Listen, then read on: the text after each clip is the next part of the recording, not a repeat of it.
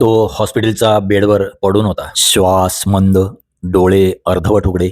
मशीनचा आवाज सतत कानामध्ये घुमत होता आणि मनामध्ये एक प्रश्न सारखा घुमत होता. आज जर सगळं संपत असेल तर मी नेमकं काय जिंकलं? डोळ्यासमोर ऑफिसचे दिवस आले. लेट बसणं, टार्गेट्स, ईमेल्स, मीटिंग्स. त्यावेळी वाटायचं हे सगळं माझ्या कुटुंबासाठी आहे. पण आज माझ्या बेडजवळ मोजकेच लोक उभे होते. तेव्हा मनात विचार आला, आज इथे कोण म्हणेल की त्याने थोडा वेळ ऑफिसचं काम कमी करून माझ्यासोबत घालवायला हवा होता का? उत्तर शांत होतं.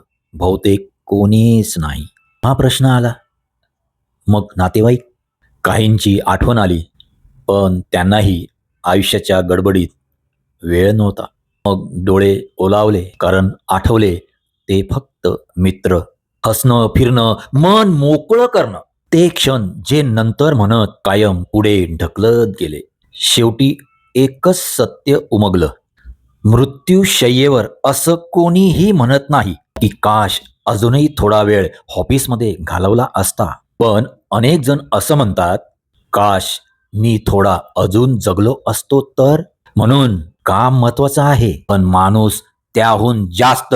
आजचा वेळ उद्यावर ढकलू नका, कारण आयुष्य हे नंतर जगण्यासाठी नसतं, तर ते आत्ता जगण्यासाठी आहे. मी सुरेश. असे माझे व्हिडिओ लाईक करा, शेअर करा आणि सबस्क्राईब करायला अजिबात विसरू नका.